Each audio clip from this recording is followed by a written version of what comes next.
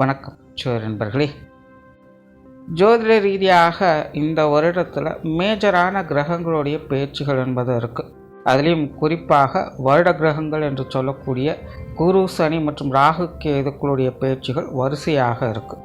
நான் ஏற்கனவே இந்த கிரகங்களுடைய பயிற்சிகள் ஒவ்வொரு ராசிகளுக்கும் என்ன மாதிரியான பலன்களை கொடுக்கும் அப்படின்னு தனித்தனியாக வீடியோஸ் போட்டிருக்கும். பார்க்காதவங்க மறக்காமல் செக் பண்ணி பாருங்கள். அண்ட் இந்த பதிவில் பார்த்திங்கன்னா இந்த 3 கிரகங்களுடைய காம்பினேஷன் லக்ன ரீதியாக இது என்ன மாதிரியான பலன்களை கொடுக்குது அப்படிங்கிறத பற்றி நான் பார்க்க போகிறோம். நீங்கள் சொல்லக்கூடிய பலன்கள் பார்த்திங்கன்னா தோராயமாக ஒரு 2 வருட காலங்கள் அப்படிங்கிறது இருக்கும்.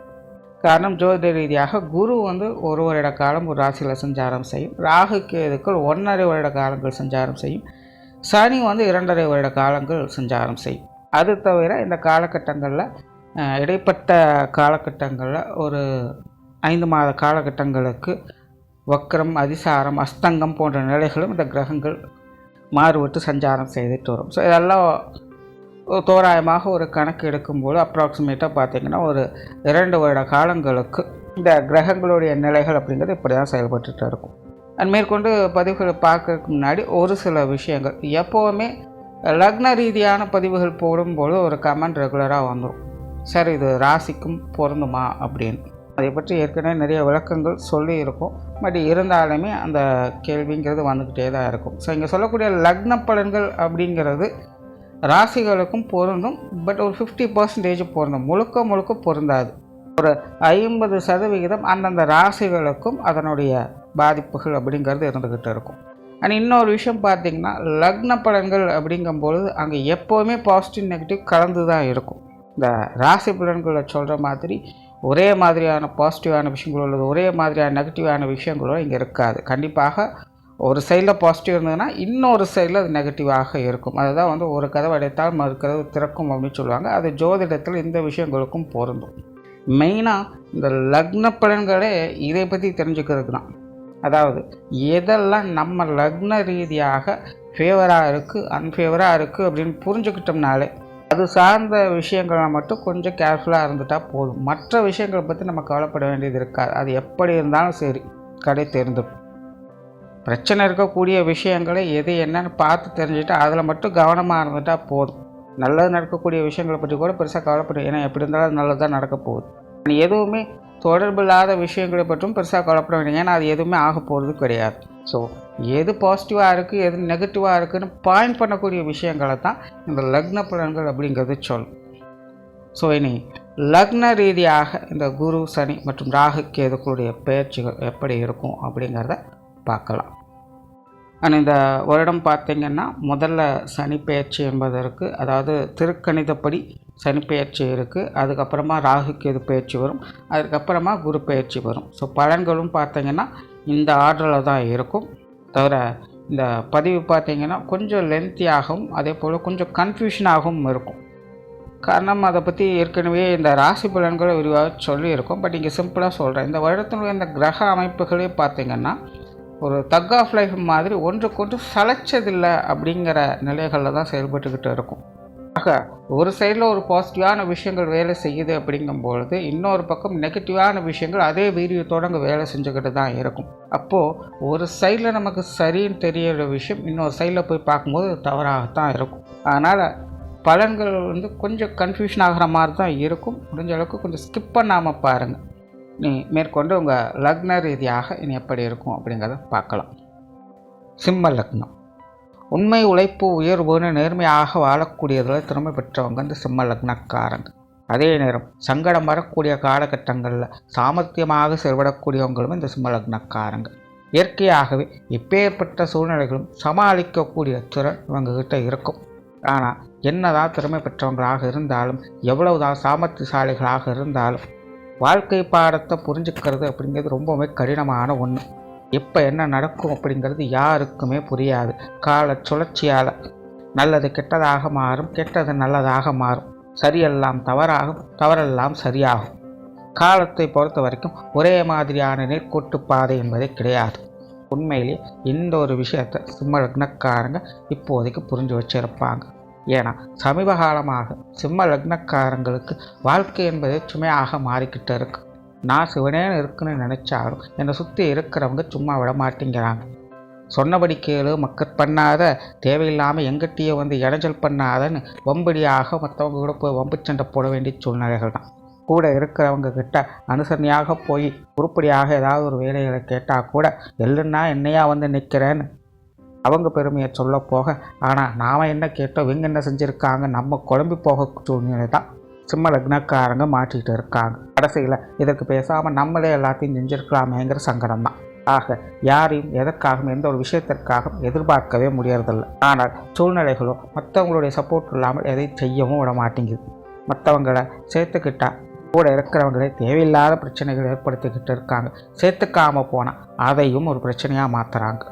ஆக எதை எப்படி செய்யறதுங்கிறதையோ ஒரு குழப்பம். அனுசரித்து போகிறதா, அரவணைச்சு போகிறதா, இல்லை அதிரடியாக நம்மளே களத்தில் இறங்கிடலாமான்னு யோசிச்சே காலம் போயிடும்.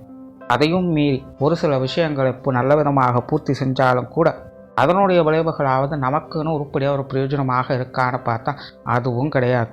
கஷ்டப்பட்டு 10 ரூபா சம்பாதிச்சாலும் கூட சம்பாத்தியம் நல்லபடியாக இருக்குது. ஆனால் 10 பைசா நமக்குன்னு எதையும் செஞ்சுக்க முடியாத ஒரு சூழ்நிலை. ஒன்று, குடும்பத்துக்காகவே ஓயாமல் எல்லா விஷயங்களுக்கும் செலவு பண்ணணும். அல்லது கூட இருக்கிறவங்க, கூட வேலை பார்க்குறவங்க, உற்றார் உறவினர்கள், நண்பர்கள், நல்லது கெட்டது என்று அதற்கே செலவு பண்ணுறதுக்கு சரியாக இருக்கும். ஆக 1008 பிரச்சனைகளையும் சமாளித்து கஷ்டப்பட்டு உருப்படியாக ஒரு 10 ரூபா சம்பாதிச்சிருக்கோம். அந்த 10 ரூபாயில் ஒரு 10 காசாவது நமக்குன்னு பிரயோஜனமாக ஒரு செலவு பண்ணி சந்தோஷமாக இருக்கலான்னு பார்த்தா காலம் வர்றதில்லை.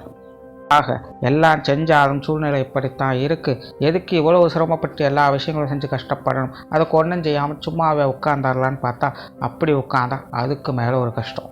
ஆக சும்மா லக்னக்காரங்களை சும்மா இருக்க வர்றதில்லை. கஷ்டப்பட்டு ஒரு காரியத்தை செய்ய வைக்கும், காரியத்தில் வெற்றியும் கிடைக்கும்.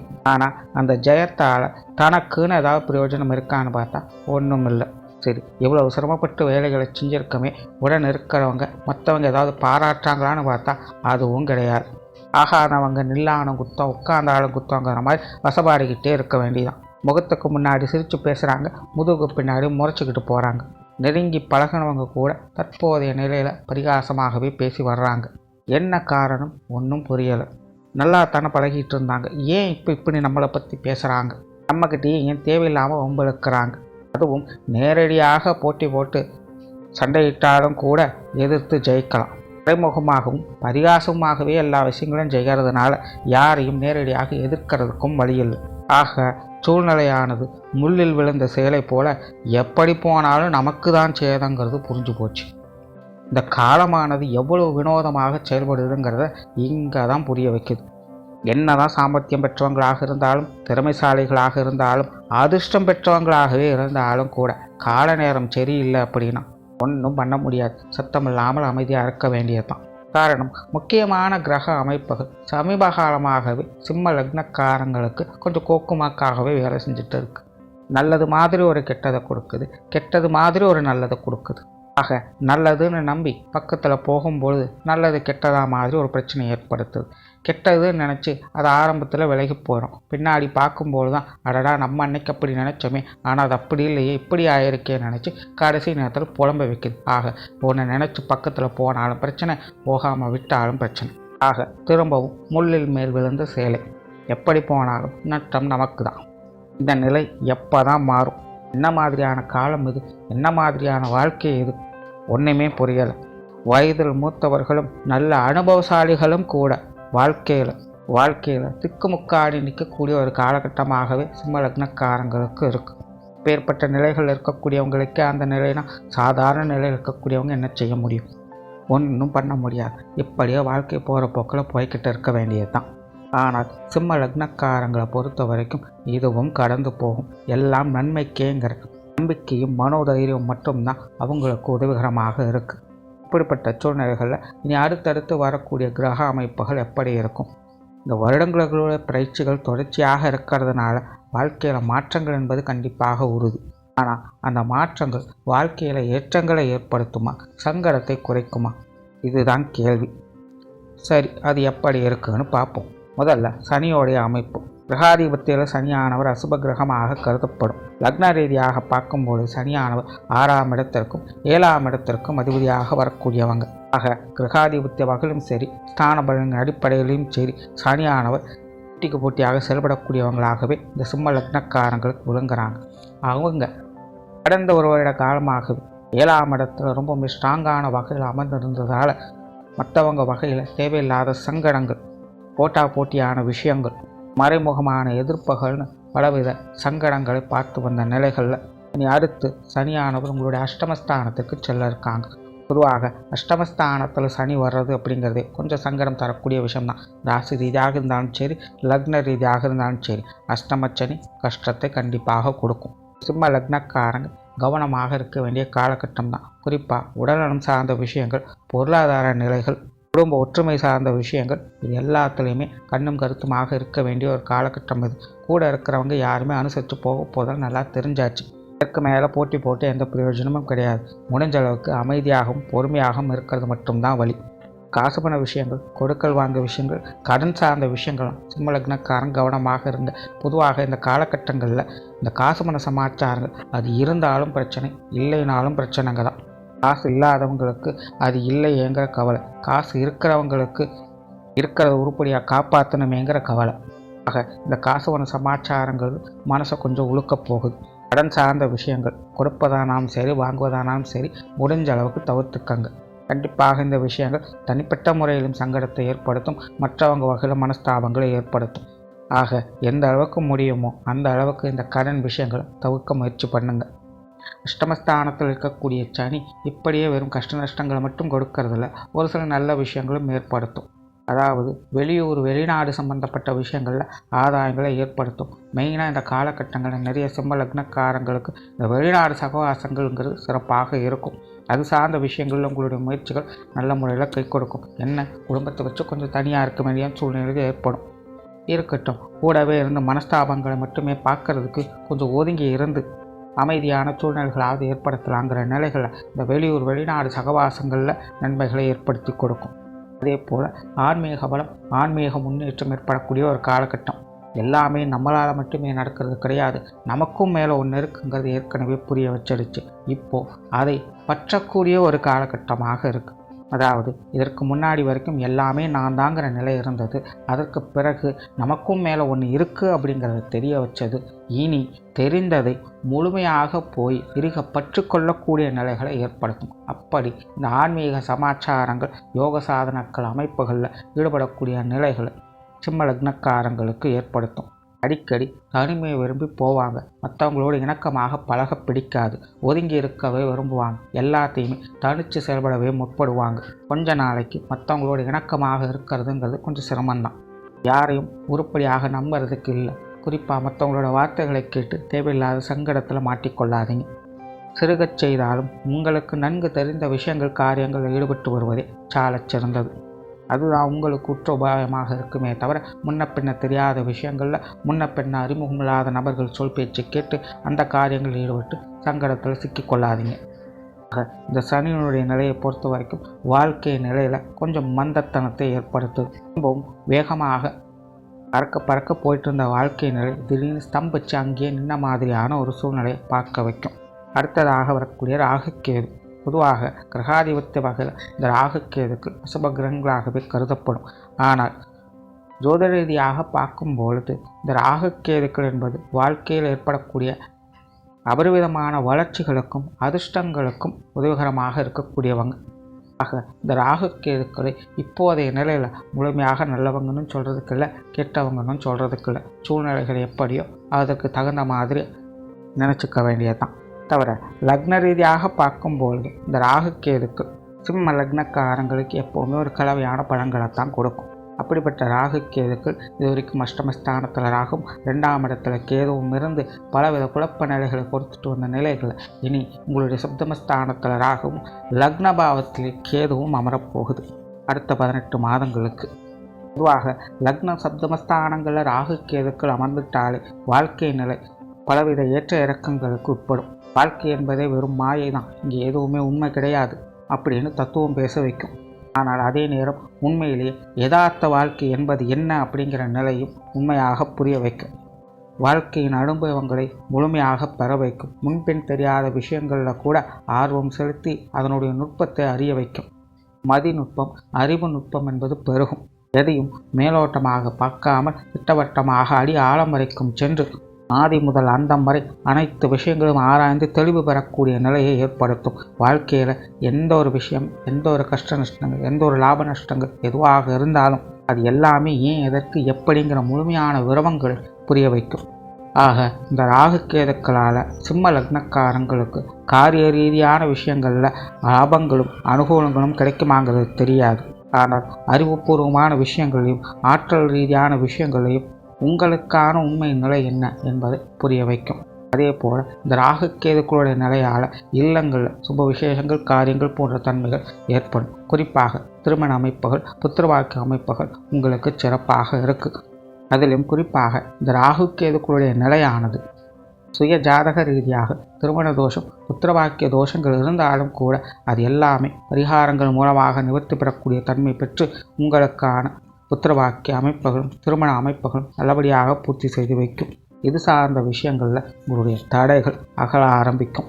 அதே போல் கணவன் மனைவி உறவுகளுக்குள்ள சின்ன சின்ன மனக்கசப்புகள் இருந்தாலும் வாழ்க்கை துணை சார்ந்த விஷயங்களில் எதிர்பாராத முன்னேற்றங்கள் போன்ற நிலைகளை பார்க்க முடியும். காதல் சம்பந்தப்பட்ட விஷயங்கள் திருப்தி கொடுக்கும். வாழ்க்கை துணையின் வகையில் திடீர் யோக அதிர்ஷ்ட வாய்ப்புகளை ஏற்படுத்தி கொடுக்கும். ஆக கணவன் மனைவி உறவுகளுக்குள்ள அளப்பெரிய அளவில் சந்தோஷத்தை கொடுக்க போவதும் அடிக்கடி சண்டை மூட்டிவிடப் போவதும் இந்த ராகுகேதுக்கள் தான். ஆகையால் சூழ்நிலைகளை கொஞ்சம் கவனித்து செயல்படுங்க. அதே போல் வேலை இடங்களில், சமுதாயங்களில் உங்களுக்கான மதிப்பு மரியாதை, அந்தஸ்து போன்ற விஷயங்கள் திடீரென உயரக்கூடும். எல்லா நேரமும் அப்படியே இருக்கும்னு சொல்ல முடியாது. ஆனால் திடீர்னு சுற்றி இருக்கிற எல்லாரும் ஒரு நாள் உங்களை பாராட்டுவாங்க. மற்றவங்க மத்தியில் ஒரு பிரபலம் போல திகழ்வீங்க. மற்றவங்களுடைய பாராட்டுக்கு மனதிற்கு மகிழ்ச்சி தரும். காரணம், இதுவரைக்கும் நம்மளை ஏச்சுக்கள் மட்டுமே செய்திருந்தவங்க கூட இப்போ நம்மளை பார்த்து பொறாமைப்படக்கூடிய வகையில் சூழ்நிலை மாறி இருக்கேங்கிற நிலை தான். ஆக சிம்ம லக்னக்காரங்களுக்கு வாழ்க்கை துணைன்னு என்னதான் அந்த நிலையில் போயிட்டு இருந்தாலும் திடீரென எதிர்பார்க்காத வகையில் ஒரு மிகப்பெரிய ஏற்றத்தை அவ்வப்போது கொடுத்துட்டு போகும். அதில் இந்த ராகுகேதுக்களுடைய பங்களிப்புகள் முக்கியத்துவம் வாய்ந்ததாக இருக்கும். அடுத்ததாக குரு. கிரகாதிபத்திய வகையில் குருவானவர் முழு சுப கிரகமாக கருதப்படக்கூடியவங்க. தவிர லக்ன ரீதியாக பார்க்கும்பொழுதும் குருவானவர் 5ஆம் இடத்திற்கும் அஷ்டமஸ்தானத்திற்கும் அதிபதியாக வரக்கூடியவங்க. சிம்ம லக்னத்தை பொறுத்த வரைக்கும் உங்களுடைய ஆசைகளை பூர்த்தி செய்யக்கூடியவரும் குரு தான். உங்களுக்கான மதிப்பு மரியாதை அங்கீகாரத்தை கொடுக்கக்கூடியவரும் குரு தான். அப்படிப்பட்டவர் இதுவரைக்கும் உங்களுடைய காரியஸ்தானத்தில் செயல்பட்டு வந்த நிலைகளில் புண்ணிய காரியங்களில் ஈடுபட்டு நல்ல விஷயங்களை சேர்த்து வச்சிருப்பீங்க. சில தான தர்ம காரியங்களில் ஈடுபட்டு உங்களுக்கான நன்மைகள் தானாக ஏதாவது ஒரு வகையில் சேர்ந்திருக்கும். அந்த விஷயங்கள் அனுபவிக்கக்கூடிய ஒரு பலன்கள் இந்த காலகட்டங்களில் ஏற்படும்.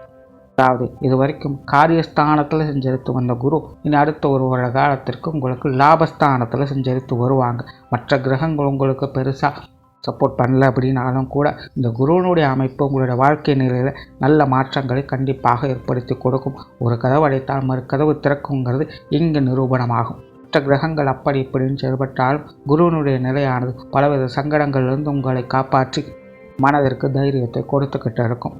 குறிப்பாக சிம்ம லக்னக்காரங்களுக்கு இந்த குருவனுடைய அமைப்பால் சொத்து சுகங்கள் வகையில் ஆதாயங்கள் இருக்கும். நிலபுலன்கள் வகையில், வீடு வாகனங்கள் வகையில் சிறப்புகள் உண்டு. சொத்து சுகங்கள் வகையில் கொடுக்கல் வாங்கல் விஷயங்கள் மூலமாக ஆதாயங்களை பெற்று வருவீங்க.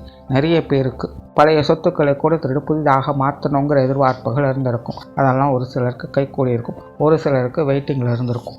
அந்த மாதிரியான விஷயங்கள், காரியங்கள்லாம் நன்மைகளை எதிர்பார்க்கலாம். அதே போல் குழந்தைகள் சார்ந்த சுப விசேஷங்கள், காரியங்களில் நன்மைகள் இருக்கும். குழந்தைகளுடைய படிப்பு விஷயங்களில் முன்னேற்றங்கள் இருக்கும். குழந்தைகளுக்கான சுப விசேஷங்கள், காரியங்கள் போன்ற நிலைகளை பார்த்து வருவீங்க. குறிப்பாக இளம் வயது குழந்தைகளுக்கான காது குத்துறது, முடியெடுக்கிறது, குழந்தைகள் பருவத்துக்கு வருவது போன்ற விஷயங்கள் உங்களுடைய இல்லங்களில் பார்க்க முடியும். அது சார்ந்த சுப விசேஷங்கள், காரியங்களில் உங்களுடைய பங்களிப்புகள் அதிகமாக இருக்கும். உற்றார் உறவினர்கள் வகையில் சுமூகமான மாற்றங்கள் இருக்கும். பொதுவாகவே சிம்ம லக்னக்காரங்களுக்கு சில காலங்களாகவே உறவினர்களுடைய சேர்க்கை என்பது பற்றுப்படாமலுமே இருந்துட்டு வரும். நமக்கு இவங்களுக்கும் அப்படி என்னதான் பிரச்சனையாச்சு, ஏன் எப்போ பார்த்தாலும் மூஞ்சி திருப்பிட்டு போகிறாங்க, அவங்க கொடுத்து பேசினா கூட சரியாக பேச மாட்டேங்கிறாங்களே நினச்சவங்க கூட இனி உங்ககிட்ட விரும்பி பழக ஆரம்பிப்பாங்க. சங்கடம் கொடுத்தவங்க சந்தோஷமாக திரும்பி வருவாங்க. உறவினர்கள் வகையில் விரிசல்கள் குறைந்து விருப்பத்தோடு பழகக்கூடிய நிலை என்பது ஏற்படும். அதே போல் மாணவர்களுக்கு கல்வி வித்தைகளில் முன்னேற்றங்கள் இருக்கும். குறிப்பாக இந்த காலகட்டங்களில் மாணவர்களுடைய கல்வி தேவைகள், வித்தை சார்ந்த விஷயங்களில் முன்னேற்றங்கள் போன்ற நிலைகளை பார்க்க முடியும். தொடர்ச்சியாக உங்களுடைய வாழ்க்கையில் ஏற்படக்கூடிய கஷ்ட நஷ்டங்களுக்கு அப்பப்போ ஆறுதல் தரக்கூடிய வகையில் நல்ல விஷயங்களை, நல்ல சூழ்நிலைகளை ஏற்படுத்தக்கூடிய வகையில் இந்த குருவுடைய அமைப்பு உங்களுக்கு முழுமையாக செயல்பட்டுக்கிட்டு இருக்கும். ஆக சிம்ம லக்னத்தை பொறுத்த வரைக்கும் குரு, சனி மற்றும் ராகுக்கேதுக்களுடைய நிலையானது, சனியை பொறுத்த வரைக்கும் சரியாக சொல்கிறதுக்கு எதுவும் இல்லை. ராகுக்கேதுக்கள் 2 பக்கமுமே மாற்றி மாற்றி வேலை செய்ய போகுது. குரு இவங்க வகையில் ஏற்படக்கூடிய சங்கடங்களை சரி செய்யும். ஆக சிம்ம லக்னத்தை பொறுத்த வரைக்கும் பெரிய அளவில் வாழ்க்கை முன்னேற்றம் அடையும் சொல்கிறதுக்கு இல்லை. ஆனால் அதே நேரம் நான் வீழ்வேன் என நினைத்தாயோ என உங்களுடைய எதிரிகளுக்கும் எதிர்ப்புகளுக்கும் சவால் விடக்கூடிய மனோதைரியத்தையும் கொடுத்து வரும். நன்றி, வணக்கம், வாழ்க வளமுடன்.